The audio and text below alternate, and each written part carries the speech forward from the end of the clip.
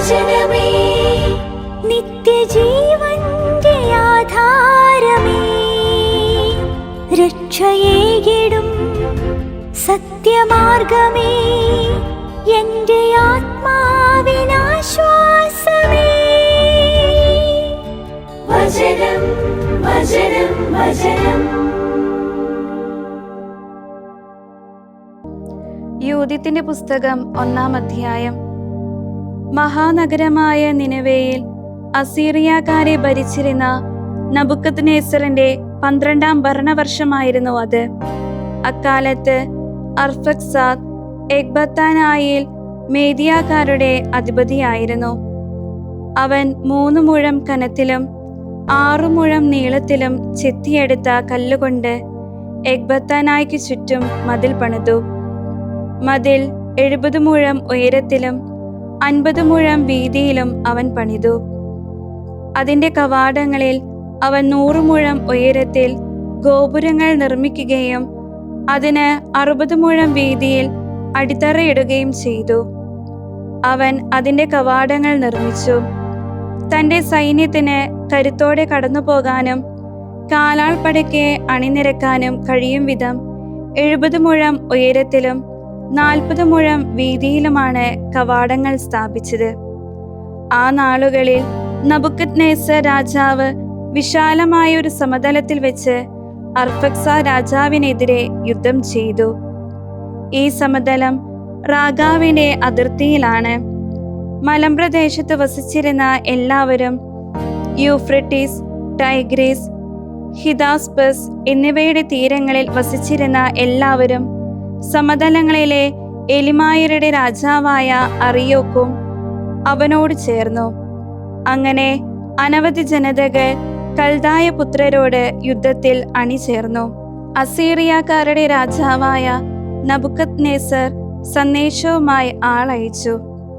പേർഷ്യയിൽ വസിച്ചിരുന്ന എല്ലാവർക്കും പടിഞ്ഞാറ് വസിച്ചിരുന്ന എല്ലാവർക്കും കിലിക്യ, ദമാസ്കസ്, ലെബനോൻ, ആന്തി ലെബനോൻ എന്നിവിടങ്ങളിൽ വസിച്ചിരുന്നവർക്കും തീരപ്രദേശത്ത് വസിച്ചിരുന്ന എല്ലാവർക്കും കാർമൽ, ഗിലയാദ്, ഉത്തര ഗലീലെ, വിശാലമായ എസ്രായേലോൺ താഴ്വര എന്നിവിടങ്ങളിലെ ജനതകൾക്കും സമരിയായിലും അതിന്റെ പട്ടണങ്ങളിലുമുള്ള എല്ലാവർക്കും ജോർദാൻ അക്കരെ, ജെറുസലേം, ബദനെ, കെലൂസ്, കാദേശ്, ഈജിപ്തിലെ നദീതീരം, തഫാനസ്, റാംസസ് എന്നിവിടങ്ങൾ വരെയുള്ളവർക്കും ഗോഷൻ പ്രദേശം മുഴുവനിലും താനിസ്, മെംഫിസ് എന്നിവയ്ക്കപ്പുറം എത്തുന്നിടം വരെയുള്ളവർക്കും എത്യോപ്യയുടെ അതിർത്തി പ്രദേശങ്ങൾ വരെ ഈജിപ്തിൽ വസിച്ചിരുന്ന എല്ലാവർക്കും. എന്നാൽ ആ പ്രദേശത്താകെ വസിച്ചിരുന്നവരെല്ലാം അസീറിയ രാജാവായ നബുക്കദ്നേസറിന്റെ വാക്ക് അവഗണിക്കുകയും യുദ്ധത്തിൽ അവനോട് ചേരാൻ വിസമ്മതിക്കുകയും ചെയ്തു. എന്തെന്നാൽ അവർ അവനെ ഭയപ്പെട്ടിരുന്നില്ല. അവരുടെ നോട്ടത്തിൽ അവൻ കേവലം ഒരു മനുഷ്യനായിരുന്നു. അതിനാൽ അവർ അവന്റെ ദൂതന്മാരെ വെറും കൈയോടെ അപമാനിതരായി തങ്ങളുടെ പക്കൽ നിന്ന് തിരിച്ചയച്ചു. ആ ദേശങ്ങൾക്കെല്ലാം എതിരെ നബുക്കദ്നേസർ ഏറെ രോഷാകുലനായി. കിലിക്യ, ദമാസ്കസ്, സിറിയ എന്നീ ദേശങ്ങളിലെല്ലായിടത്തും നിശ്ചയമായും പ്രതികാരം നടത്തുമെന്നും മോവാബ് ദേശത്ത് വസിക്കുന്ന എല്ലാവരെയും, അമ്മോന്യരെയും യൂദ മുഴുവനെയും, ഈജിപ്തിൽ 2 കടലുകളുടെയും തീരങ്ങളിലായി വസിച്ചിരുന്ന എല്ലാവരെയും തന്റെ വാളാൽ വധിക്കുമെന്നും തന്റെ സിംഹാസനത്തിന്റെയും രാജ്യത്തിന്റെയും പേരിൽ അവൻ ശപഥം ചെയ്തു. 17-ാം വർഷം അവൻ അർഫക്സാദ് രാജാവിനെതിരെ സൈന്യത്തെ യുദ്ധത്തിന് അണിനിരത്തി. അവൻ യുദ്ധത്തിൽ ശക്തി പ്രാപിക്കുകയും അർഫക്സാദിന്റെ സൈന്യത്തെ അവന്റെ മുഴുവൻ കുതിരപ്പടയോടും അവന്റെ മുഴുവൻ രഥങ്ങളോടും കൂടെ അട്ടിമറിക്കുകയും ചെയ്തു. അവൻ അയാളുടെ നഗരങ്ങൾ കൈവശപ്പെടുത്തി. അവൻ എഗ്ബത്താന വരെ എത്തുകയും ഗോപുരങ്ങൾ പിടിച്ചടക്കുകയും ചെയ്തു. അതിന്റെ തെരുവുകൾ കൊള്ളയടിച്ചു. അവൻ അതിന്റെ ബഹുമതിയെ അവമതിയാക്കി മാറ്റി. അവൻ അർഫക്സാദിനെ റാഗാവു പർവ്വതനിരകളിൽ വെച്ച് പിടികൂടി. അവൻ അയാളെ തൻ്റെ വേട്ടകുന്തങ്ങളാൽ വീഴ്ത്തി. അവൻ അയാളെ എന്നേക്കുമായി ഇല്ലാതാക്കി. അനന്തരം അവൻ അവരോടൊപ്പം യുദ്ധസജ്ജരായ വളരെയേറെ ആളുകളുണ്ടായിരുന്ന തൻ്റെ സർവ്വസൈന്യത്തോടൊപ്പം തിരിച്ചുപോയി. അവിടെ അവനും അവൻ്റെ സൈന്യവും 120 ദിവസം വിശ്രമത്തിലും വിരുന്നിലും ചെലവഴിച്ചു. യൂഥ്യത്തിന്റെ പുസ്തകം 2-ാം അധ്യായം. 18-ാം വർഷം 1-ാം മാസം 22-ാം ദിവസം അസീറിയ രാജാവായ നബുക്കദ്നേസറിന്റെ ഭവനത്തിൽ അവൻ പറഞ്ഞിരുന്നതുപോലെ ദേശം മുഴുവൻ പ്രതികാരം നടത്തുന്നതിനെപ്പറ്റി ഒരാലോചനയുണ്ടായി.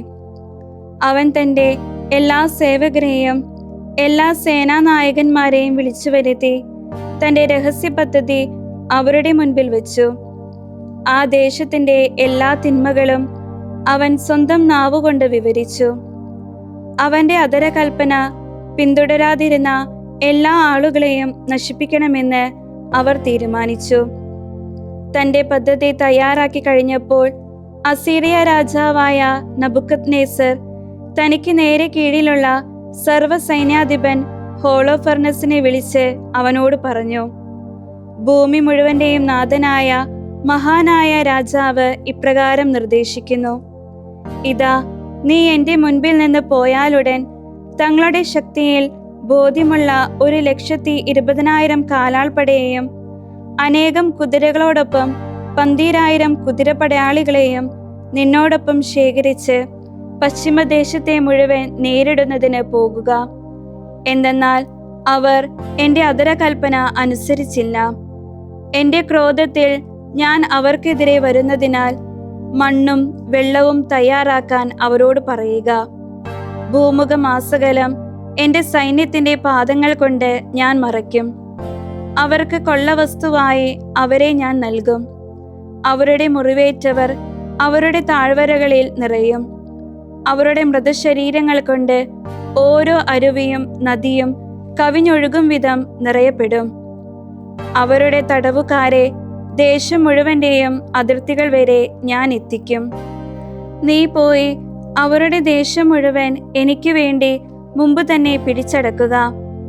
അവർ സ്വയം നിനക്ക് കീഴടങ്ങും. അവരുടെ ശിക്ഷയുടെ നാൾ വരെ നീ അവരെ എനിക്ക് വേണ്ടി സൂക്ഷിക്കുക. വിസമ്മതിക്കുന്നവരുടെ മേൽ നീ കണ്ണടയ്ക്കരുത്. നിന്റെ പ്രദേശം മുഴുവനിലും മരണത്തിനും കൊള്ളയടിക്കപ്പെടുന്നതിനുമായി അവരെ നീ വിട്ടുകൊടുക്കുക. എൻ്റെ ജീവനാണ്, എൻ്റെ രാജ്യത്തിൻ്റെ ശക്തിയാണ്, ഞാൻ പറഞ്ഞത് എൻ്റെ കരത്താൽ ഞാൻ ചെയ്യും. നിന്റെ യജമാനന്റെ ആജ്ഞകളിൽ ഒന്നുപോലും നീ ലംഘിക്കരുത്. മറിച്ച് നിന്നോട് ഞാൻ കൽപ്പിച്ചതുപോലെ അത് പൂർത്തീകരിക്കുക. അത് ചെയ്യാൻ താമസം വരുത്തരുത്. തന്റെ യജമാനന്റെ സന്നിധിയിൽ നിന്ന് പുറത്തു വന്ന ഹോളോഫർണസ് അസീറിയൻ സൈന്യത്തിന്റെ സേനാധിപതികൾ, പടത്തലവന്മാർ, പ്രധാനികൾ എന്നിവരെ വിളിച്ചുകൂട്ടി. തന്റെ യജമാനൻ തന്നോട് കൽപ്പിച്ചതനുസരിച്ച് തിരഞ്ഞെടുത്ത 1,20,000 യുദ്ധസന്നദ്ധരായ പടയാളികളെയും വില്ലാളികളായ 12,000 കുതിരപ്പടയാളികളെയും ഗണങ്ങളായി അവൻ തിരിച്ചു. അങ്ങനെ ഒരു വൻ സൈന്യത്തെ യുദ്ധത്തിന് സജ്ജമാക്കും വിധം അവൻ അവരെ ഒരുക്കി. തങ്ങളുടെ സാധനങ്ങൾ കൊണ്ടുപോകാൻ അവൻ വളരെയധികം ഗണം ഒട്ടകങ്ങളെയും കഴുതകളെയും കോവർ കഴുതകളെയും ഭക്ഷണത്തിനായി എണ്ണമറ്റ വിധം ചെമ്മരിയാടുകളെയും കാളകളെയും കോലാടുകളെയും ശേഖരിച്ചു. കൂടാതെ ജനസഞ്ചയത്തിലെ ഓരോ ആളിനും വേണ്ടി ധാരാളം ഭക്ഷണ സാധനങ്ങളും രാജകൊട്ടാരത്തിൽ നിന്ന് വളരെയധികം സ്വർണവും വെള്ളിയും സംഭരിച്ചു. നബുക്കദ്നേസർ രാജാവ് എത്തുന്നതിന് മുൻപേ പശ്ചിമഘട്ടത്തിലുള്ള ദേശം മുഴുവൻ തേരുകൾ, കുതിരപ്പട, തങ്ങളുടെ തിരഞ്ഞെടുക്കപ്പെട്ട കാലാൾപ്പട എന്നിവ കൊണ്ട് മൂടാൻ അവൻ തന്റെ മുഴുവൻ സൈന്യശക്തിയുമായി പുറപ്പെട്ടു. വെട്ടുകിളികളെ പോലെയും ഭൂമിയിലെ മണൽത്തരി പോലെയും തങ്ങളുടെ ബാഹുല്യം മൂലം എണ്ണി തിട്ടപ്പെടുത്താൻ പറ്റാത്ത ഒരു മിശ്ര സമൂഹം അവരോടുകൂടെ പോയി. നിനവയിൽ നിന്ന് 3 ദിവസം യാത്ര ചെയ്ത് അവർ ഭക്തിയിലെ സമതലത്തിന്റെ മുൻപിലെത്തി. ഭക്തിയിലത്തിൽ നിന്ന് ഉത്തര കിലിക്കയുടെ ഇടതുവശത്തെ പർവ്വതത്തിന് സമീപം അവർ പാളയമടിക്കാൻ പോയി. അവിടെ നിന്ന് അവൻ തൻ്റെ സൈന്യത്തെ മുഴുവൻ, തൻ്റെ കാലാൾപ്പട, കുതിരപ്പട, തേരുകൾ എന്നിവയെ കൂട്ടിക്കൊണ്ട് മലമ്പ്രദേശത്തേക്ക് പോയി. അവൻ പുത്ത്, ലൂദ് എന്നീ ദേശങ്ങൾ തകർക്കുകയും എല്ലാ റാസിസുകാരെയും കെലിയാദേശത്തിന് തെക്കുള്ള മരുഭൂമിയോട് ചേർന്നുണ്ടായിരുന്ന ഇസ്മായേലേരെയും കൊള്ളയടിക്കുകയും ചെയ്തു. അനന്തരം അവൻ യൂഫ്രട്ടീസിനോട് ചേർന്ന് നീങ്ങി മെസൊപ്പൊട്ടാമിയയിലൂടെ കടന്ന് അബ്രോൺ അരുവിയുടെ കരയിൽ ഉയർന്നു നിന്ന നഗരങ്ങളെല്ലാം സമുദ്രതീരം വരെ തകർത്തു. അവൻ കിലിക്കയുടെ പ്രദേശങ്ങൾ പിടിച്ചടക്കുകയും തന്നെ എതിർത്തു നിന്നവരെയെല്ലാം വധിക്കുകയും ചെയ്തിട്ട് അറേബ്യയ്ക്ക് അഭിമുഖമായി നിലകൊള്ളുന്ന ജാഫത്തായുടെ തെക്കേ അതിർത്തികൾ വരെ എത്തി. അവൻ മിദിയാക്കാരെയെല്ലാം വളഞ്ഞ് അവരോടുകൂടെ കൂടാരങ്ങൾ അഗ്നിക്കിരയാക്കി അവരുടെ കാലിക്കൂട്ടങ്ങളെ കവർച്ച ചെയ്തു. അതിനുശേഷം ഗോതമ്പ് കൊയ്ത്തിന്റെ കാലത്ത് അവൻ ദമാസ്കസ് സമതലത്തിലേക്ക് ഇറങ്ങിച്ചെന്ന് അവരുടെ വയലുകളെല്ലാം തീ വെക്കുകയും ആടുകളെയും കന്നുകാലികളെയും കൊന്നൊടുക്കുകയും അവരുടെ നഗരങ്ങൾ നിർജ്ജനമാക്കുകയും അവരുടെ സമതലങ്ങൾ ശൂന്യമാക്കുകയും അവരുടെ എല്ലാ യുവാക്കളെയും വാളിനിരയാക്കുകയും ചെയ്തു.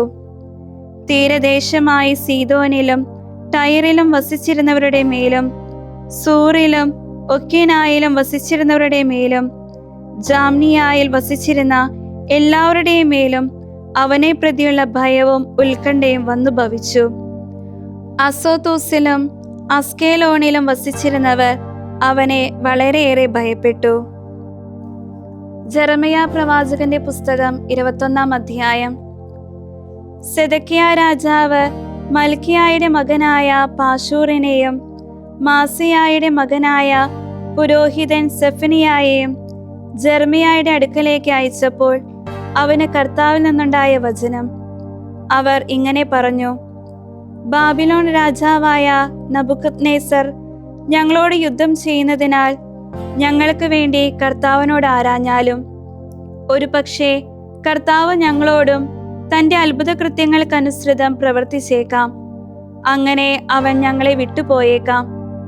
അപ്പോൾ ജെറമിയ അവരോട് പറഞ്ഞു: സെദക്കിയായോട് നിങ്ങൾ ഇങ്ങനെ പറയുവിൻ: ഇസ്രായേലിന്റെ ദൈവമായ കർത്താവ് ഇപ്രകാരം അരുൾ ചെയ്യുന്നു, നഗരഭിത്തിക്ക് പുറത്ത് നിങ്ങൾക്കെതിരെ ഉപരോധം ഏർപ്പെടുത്തിയിരിക്കുന്ന ബാബിലോൺ രാജാവിനും കൽദായർക്കുമെതിരെ നിങ്ങൾ യുദ്ധം ചെയ്യുമ്പോൾ നിങ്ങളുടെ കയ്യിലുള്ള യുദ്ധോപകരണങ്ങൾ ഇതാ ഞാൻ നിങ്ങൾക്ക് എതിരെ തന്നെ തിരിക്കുന്നു. അവരെ ഞാൻ ഈ നഗരമധ്യത്തിലേക്ക് കൊണ്ടുവരും. നീട്ടിയ കരത്തോടെ, കരുത്തുറ്റ ഭുജത്തോടെ, കോപത്തോടെ, രോഷത്തോടെ, വൻ ക്രോധത്തോടെ നിങ്ങളോട് ഞാൻ തന്നെ യുദ്ധം ചെയ്യും. ഈ നഗരവാസികളെ, മനുഷ്യനെയും മൃഗത്തെയും ഞാൻ പ്രഹരിക്കും. മഹാമാരിയാൽ അവർ മരിക്കും. അതിനുശേഷം ഞാൻ യൂദാ രാജാവായ സെദക്കിയായെയും അവന്റെ ദാസന്മാരെയും ജനത്തെയും മഹാമാരിയിൽ നിന്നും വാളിൽ നിന്നും പട്ടിണിയിൽ നിന്നുമായി ഈ പട്ടണത്തിൽ അവശേഷിച്ചവരെയും ബാബിലോൺ രാജാവായ നബുക്കദ്നേസറിന്റെ കയ്യിലേക്കും അവരുടെ ശത്രുക്കളുടെ കയ്യിലേക്കും അവരുടെ ജീവനെ തേടുന്നവരുടെ കയ്യിലേക്കും ഏൽപ്പിച്ചു കൊടുക്കും. അവൻ അവരെ വാൾത്തലയാൽ വധിക്കും. അവൻ അവരോട് ദയ കാണിക്കുകയില്ല, അവരെ ഒഴിവാക്കുകയില്ല, അവരോട് ആർദ്രത കാണിക്കുകയില്ല. കർത്താവിന്റെ അരുളപ്പാട്. ഈ ജനത്തോട് നീ പറയുക: കർത്താവ് ഇങ്ങനെ അരുൾ ചെയ്യുന്നു, ഇതാ ഞാൻ നിങ്ങളുടെ മുൻപിൽ ജീവന്റെ വഴിയും മരണത്തിന്റെ വഴിയും വെക്കുന്നു. ഈ നഗരത്തിൽ വസിക്കുന്നവൻ വാളാലും പട്ടിണിയാലും മഹാമാരിയാലും മരിക്കും. എന്നാൽ പുറത്തു പോകുന്നവൻ നിങ്ങളെ വളഞ്ഞിരിക്കുന്ന കൽദായരുടെ മുൻപിൽ താണു വീണ് ജീവിക്കും. തൻ്റെ ജീവൻ അവന് യുദ്ധസമ്മാനമായി തീരും. എന്തെന്നാൽ എൻ്റെ മുഖം ഈ നഗരത്തിന് നേരെ തിന്മയ്ക്കായിട്ടാണ് ഞാൻ തിരിച്ചിരിക്കുന്നത്, നന്മയ്ക്കായിട്ടല്ല. കർത്താവിന്റെ അരുളപ്പാട്. ബാബിലോൺ രാജാവിന്റെ കൈകളിൽ അത് ഏൽപ്പിക്കപ്പെടും. അവനത് അഗ്നിക്കിരയാക്കും. യൂദാ രാജാവിന്റെ ഭവനത്തോട്, നിങ്ങൾ കർത്താവിന്റെ വചനം കേട്ടുകൊള്ളുവിൻ. ദാവീദിന്റെ ഭവനമേ, കർത്താവ് ഇപ്രകാരം അരുൾ ചെയ്യുന്നു: പ്രഭാതത്തിൽ നീതി നിർവഹിക്കുവിൻ. കൊള്ളയടിക്കപ്പെട്ടവനെ മർദ്ദകന്റെ കയ്യിൽ നിന്ന് മോചിപ്പിക്കുവിൻ. അല്ലെങ്കിൽ നിങ്ങളുടെ പ്രവൃത്തികളുടെ തിന്മ നിമിത്തം എന്റെ കോപം തീ പോലെ പുറപ്പെടുകയും നിങ്ങളെ ദഹിപ്പിക്കുകയും ചെയ്യും. അത് കെടുത്താൻ ആരും ഉണ്ടാവില്ല. ആര് ഞങ്ങൾക്കെതിരെ വരും? ആര് ഞങ്ങളുടെ വാസസ്ഥലത്ത് പ്രവേശിക്കുമെന്ന് ചോദിക്കുന്ന താഴ്വര നിവാസിനെ, സമതലത്തിലെ പാറയെ, ഇതാ ഞാൻ നിനക്ക് എതിരാണ്. കർത്താവിന്റെ അരുളപ്പാട്. നിങ്ങളുടെ പ്രവൃത്തികളുടെ ഫലമനുസരിച്ച് ഞാൻ നിങ്ങളെ ശിക്ഷിക്കും. കർത്താവിന്റെ അരുളപ്പാട്. ഞാൻ അവളുടെ വനത്തിൽ തീ കത്തിക്കും. അവൾക്ക് ചുറ്റുമുള്ളതെല്ലാം അത് ദഹിപ്പിച്ചു കളയും. അപ്പസ്തോലന്മാരുടെ പ്രവർത്തനങ്ങൾ 22-ാം അധ്യായം. സഹോദരരെ, പിതാക്കന്മാരെ, ഇപ്പോൾ എനിക്ക് നിങ്ങളോടുള്ള ന്യായവാദം കേട്ടാലും. ഹെബ്രായ ഭാഷയിൽ അവൻ തങ്ങളെ അഭിസംബോധനം ചെയ്യുന്നത് കേട്ടപ്പോൾ അവർ മുൻപത്തേക്കാൾ ശാന്തരായി. അവൻ പറഞ്ഞു, ഞാൻ ഒരു യഹൂദനാണ്. കിലിക്യായിലെ താർസോസിൽ ജനിച്ചു. ഈ നഗരത്തിൽ വളർന്നു. ഗമാലിയേലിന്റെ പാദങ്ങളിലിരുന്ന് പിതാക്കന്മാരുടെ നിയമം സൂക്ഷ്മതയോടെ അഭ്യസിച്ചു. ഇന്ന് നിങ്ങളെല്ലാവരും ആയിരിക്കുന്നത് പോലെ ഞാനും ദൈവത്തെക്കുറിച്ച് തീക്ഷ്ണമതിയായിരുന്നു. പുരുഷന്മാരെയും സ്ത്രീകളെയും ബന്ധിച്ച് കാരാഗൃഹത്തിൽ ഏൽപ്പിച്ച് ഈ മാർഗത്തെ ആമരണം പീഡിപ്പിച്ചു. പ്രധാന പുരോഹിതനും ശ്രേഷ്ഠന്മാരുടെ സംഘം മുഴുവനും എനിക്ക് സാക്ഷികളാണ്. ദമാസ്കസിലുള്ളവരെയും ബന്ധനത്തിലാക്കി ജെറുസലേമിൽ കൊണ്ടുവന്ന് ശിക്ഷിക്കുന്നതിനു വേണ്ടി ഞാൻ അവരിൽ നിന്ന് സഹോദരന്മാർക്കുള്ള കത്തുകളും വാങ്ങി അവിടേക്ക് യാത്രയായി. ഞാൻ യാത്ര ചെയ്ത് മധ്യാഹ്നത്തോടെ ദമാസ്കസിനടുത്തെത്തിയപ്പോൾ സ്വർഗത്തിൽ നിന്ന് ഒരു വലിയ തേജസ് എന്റെ ചുറ്റും പ്രകാശിച്ചു. ഞാൻ നിലത്ത് വീണു. ഒരു സ്വരം എന്നോട് ഇങ്ങനെ പറയുന്നത് കേട്ടു: സാവൂൾ, സാവൂൾ, നീ എന്നെ പീഡിപ്പിക്കുന്നത് എന്തുകൊണ്ട്? ഞാൻ ചോദിച്ചു, കർത്താവേ, നീ ആരാണ്? നീ പീഡിപ്പിക്കുന്ന നസ്രായനായ യേശുവാണ് ഞാൻ. എന്റെ കൂടെ ഉണ്ടായിരുന്നവർ പ്രകാശം കണ്ടു, എന്നാൽ എന്നോട് സംസാരിച്ചവന്റെ സ്വരം കേട്ടില്ല. ഞാൻ ചോദിച്ചു, കർത്താവേ, ഞാൻ എന്തു ചെയ്യണം? കർത്താവ് എന്നോട് പറഞ്ഞു, എഴുന്നേറ്റ് ദമാസ്കസിലേക്ക് പോകുക. നിനക്കായി നിശ്ചയിക്കപ്പെട്ടിരിക്കുന്നതെല്ലാം അവിടെ വച്ച് നിന്നോട് പറയും. ആ പ്രകാശത്തിന്റെ തീക്ഷ്ണത കൊണ്ട് എനിക്കൊന്നും കാണാനാവാത്തതിനാൽ എന്റെ കൂടെ ഉണ്ടായിരുന്നവർ കൈക്ക് പിടിച്ച് എന്നെ നടത്തി. അങ്ങനെ ഞാൻ ദമാസ്കസിലെത്തി. അവിടെ താമസിച്ചിരുന്ന സകല യഹൂദരും സാക്ഷ്യപ്പെടുത്തിയവനും ന്യായപ്രമാണ പ്രകാരം ഭക്തനുമായിരുന്ന അനനിയാസ് എന്ന ഒരു മനുഷ്യൻ എന്റെ അടുത്ത് വന്ന് പറഞ്ഞു, സഹോദര സാവൂൾ, നിനക്ക് കാഴ്ച തിരിച്ചു കിട്ടട്ടെ. ആ മണിക്കൂറിൽ തന്നെ എനിക്ക് കാഴ്ച തിരിച്ചു കിട്ടി. ഞാൻ അവനെ കണ്ടു. അവൻ പറഞ്ഞു, നമ്മുടെ പിതാക്കന്മാരുടെ ദൈവം തന്റെ ഹിതമറിയാനും നീതിമാനെ ദർശിക്കാനും അവന്റെ അധരത്തിൽ നിന്നുള്ള സ്വരം ശ്രവിക്കാനും നിന്നെ നിയമിച്ചിരിക്കുന്നു. നീ കാണുകയും കേൾക്കുകയും ചെയ്തതിനെക്കുറിച്ച് എല്ലാ മനുഷ്യരുടെയും മുൻപാകെ നീ അവന് സാക്ഷിയായിരിക്കും. ഇനി നീ എന്തിന് കാത്തിരിക്കുന്നു? എഴുന്നേറ്റ് സ്നാനം സ്വീകരിക്കുക. അവന്റെ നാമം വിളിച്ചപേക്ഷിച്ചുകൊണ്ട് നിന്റെ പാപങ്ങൾ കഴുകിക്കളയുക. ഞാൻ ജെറുസലേമിൽ തിരിച്ചു വന്ന് ദേവാലയത്തിൽ പ്രാർത്ഥിച്ചുകൊണ്ടിരിക്കുമ്പോൾ എനിക്കൊരു ഭക്തി പാരവശ്യമുണ്ടായി. കർത്താവ് എന്നോട് ഇപ്രകാരം സംസാരിച്ചുകൊണ്ട് നിൽക്കുന്നത് ഞാൻ കണ്ടു. അവൻ പറഞ്ഞു, വേഗമാകട്ടെ, നീ ഉടൻ ജെറുസലേമിന് പുറത്തു കടക്കുക. കാരണം എന്നെക്കുറിച്ചുള്ള നിന്റെ സാക്ഷ്യം അവർ സ്വീകരിക്കുകയില്ല. ഞാൻ പറഞ്ഞു, കർത്താവേ, ഞാൻ സിനഗോഗുകൾ തോറും ചെന്ന് നിന്നിൽ വിശ്വസിക്കുന്നവരെ ബന്ധനസ്ഥരാക്കുകയും പ്രഹരിക്കുകയും ചെയ്തിട്ടുണ്ടെന്ന് അവർക്കറിയാം. നിന്റെ സാക്ഷിയായ സ്തേഫാനോസിന്റെ രക്തം ചിന്തപ്പെട്ടപ്പോൾ ഞാനും അടുത്തു നിന്ന് അത് അംഗീകരിക്കുകയും അവനെ കൊന്നവരുടെ വസ്ത്രങ്ങൾ സൂക്ഷിക്കുകയും ചെയ്തു. അവൻ എന്നോട് പറഞ്ഞു, നീ പോകുക. അങ്ങ് ദൂരെ ജനതകളുടെ അടുക്കലേക്ക് ഞാൻ നിന്നെ അയക്കും. ഈ വചനം വരെ അവർ അവനെ കേട്ടുകൊണ്ടിരുന്നു. അനന്തരം അവർ സ്വരമുയർത്തി വിളിച്ചു പറഞ്ഞു, ഇത്തരക്കാരനെ ഭൂമിയിൽ നിന്ന് നീക്കം ചെയ്യുക. അവൻ ജീവിച്ചിരിക്കുന്നത് യുക്തമല്ല. അവർ ആക്രോശിച്ചുകൊണ്ട് തങ്ങളുടെ മേൽവസ്ത്രങ്ങൾ ഊരിയെറിയുകയും അന്തരീക്ഷത്തിലേക്ക് പൂഴി വാരിയെറിയുകയും ചെയ്തു. അപ്പോൾ അവനെ പാളയത്തിലേക്ക് കൊണ്ടുവരാനും എന്തു കുറ്റത്തിനാണ് അവർ അവനെതിരായി ഇങ്ങനെ ആക്രോശിക്കുന്നതെന്ന് അറിയാൻ വേണ്ടി ചവിട്ടിക്കൊണ്ടടിച്ച് തെളിവെടുക്കാനും സഹസ്രാധിപൻ കൽപ്പിച്ചു. അവർ പൗലോസിനെ തോൽവാറുകൊണ്ട് ബന്ധിച്ചപ്പോൾ അടുത്തുനിന്ന ശതാധിപനോട് അവൻ ചോദിച്ചു, റോമാ പൗരനും വിധിക്കപ്പെടാത്തവനുമായ ഒരു മനുഷ്യനെ ചവിട്ടിക്കൊണ്ടടിക്കുന്നത് നിങ്ങൾക്ക് അനുവദനീയമാണോ? ഇത് കേട്ട് ശതാധിപൻ സഹസ്രാധിപനെ സമീപിച്ചു പറഞ്ഞു, അങ്ങ് എന്താണ് ചെയ്യാൻ ഒരുങ്ങുന്നത്? ഈ മനുഷ്യൻ റോമാ പൗരനാണല്ലോ. സഹസ്രാധിപൻ അവനെ സമീപിച്ചു പറഞ്ഞു, എന്നോട് പറയൂ, നീ റോമാ പൗരനാണോ? അവൻ പറഞ്ഞു, അതെ. സഹസ്രാധിപൻ മറുപടി പറഞ്ഞു, ഞാൻ വലിയൊരു തുക കൊടുത്താണ് ഈ പൗരത്വം നേടിയത്. പൗലോസ് പറഞ്ഞു, എന്നാൽ ഞാൻ ജന്മം കൊണ്ട് തന്നെയാണ്. അവനെ ചോദ്യം ചെയ്യാനിരുന്നവർ ഉടനെ അവനെ വിട്ടുപോയി. അവൻ റോമാ പൗരനാണെന്ന് അറിഞ്ഞതിനാലും അവനെ ബന്ധിച്ചതിനാലും സഹസ്രാധിപന് ഭയപ്പെട്ടു. യഹൂദർ അവന്റെ മേൽ കുറ്റാരോപണം നടത്തുന്നതിന്റെ വസ്തുത അറിയാൻ ആഗ്രഹിച്ചുകൊണ്ട് പിറ്റേ ദിവസം സഹസ്രാധിപൻ അവനെ മോചിപ്പിച്ചു. എല്ലാ പുരോഹിത പ്രമുഖന്മാരും ആലോചനാ സംഘം മുഴുവനും സമ്മേളിക്കാൻ അവൻ കൽപ്പിച്ചു. പൗലോസിനെ കൊണ്ടുവന്ന് അവരുടെ മുൻപിൽ നിർത്തി. ദൈവവചനമേ, നിത്യജീവന്റെ ആധാരമേ, രക്ഷയേകിടും സത്യമാർഗമേ, എന്റെ